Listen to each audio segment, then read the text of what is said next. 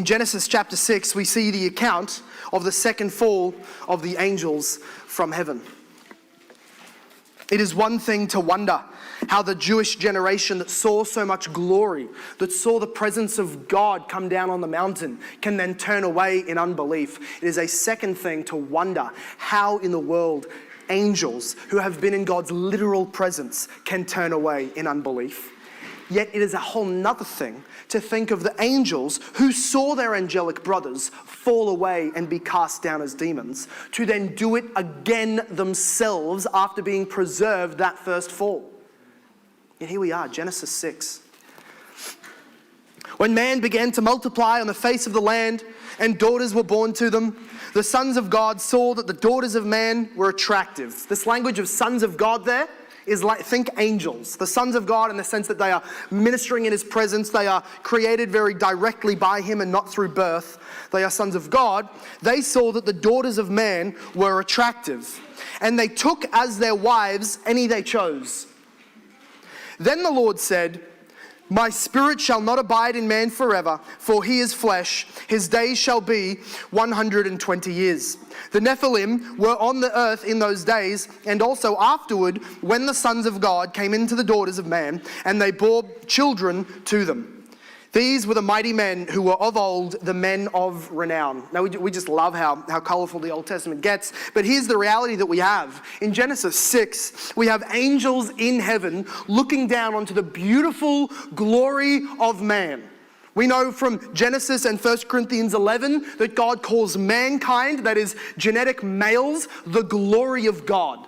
In them, the attributes of God shine forth. And yet he gave that crowning glory a jewel called womanhood.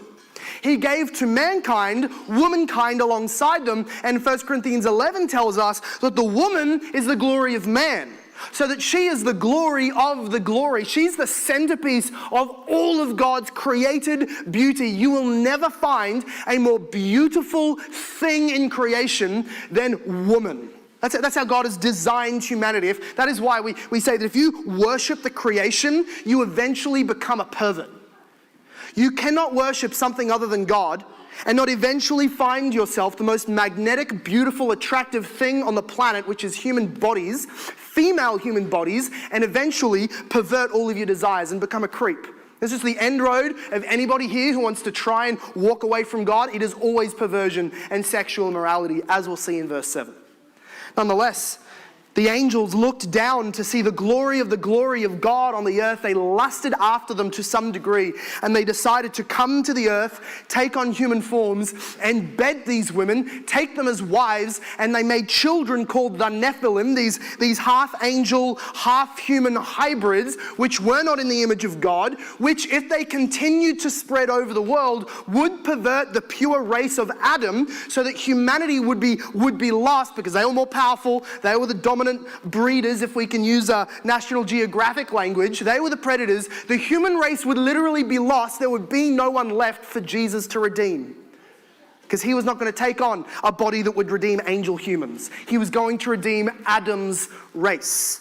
So in order to preserve the race, God sends the flood. We saw this. The flood of judgment that came was to both preserve God's line, humanity, and to judge those angels that came down and their descendants, the Nephilim, who at this moment, going back to Jude, we realize, and 2 Peter repeats the same thing, that upon their death in the flood, those human angels were bound into a deep, dark, gloomy underworld somewhere, in chains, so that they are now waiting for the day when judgment is poured out, when Jesus returns to consummate his kingdom. On that day, he will judge the living and the dead, humans, of course. He will also judge those fallen angels and those lust-filled angels now in gloomy darkness.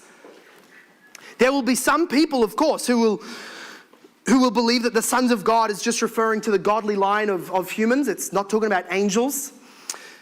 Job refers to the sons of God as angels, but also more compelling than that is that in Jude's day, the overwhelming majority of Jewish people in his generation believed that Genesis 6 was all about angels sleeping with humans. So that unless Jude goes and, he quotes portions, part of what he said in verse 6 is like quotes from some of the other Jewish traditional writings. If he disagreed with them, we would have expected some kind of note about that. But here he is telling us that angels left their places of dwelling, their position of authority, and left their proper dwelling.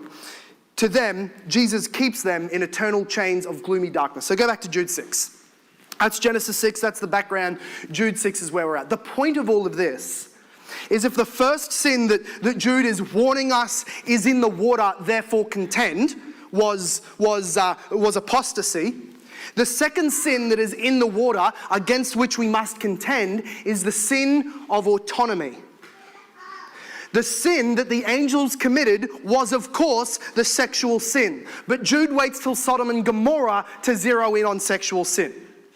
At this point, what he says is that their sin, the angels' sin, which led to every other sin, was the despising of the created order that God had put them into. They said, I don't believe in this created hierarchy.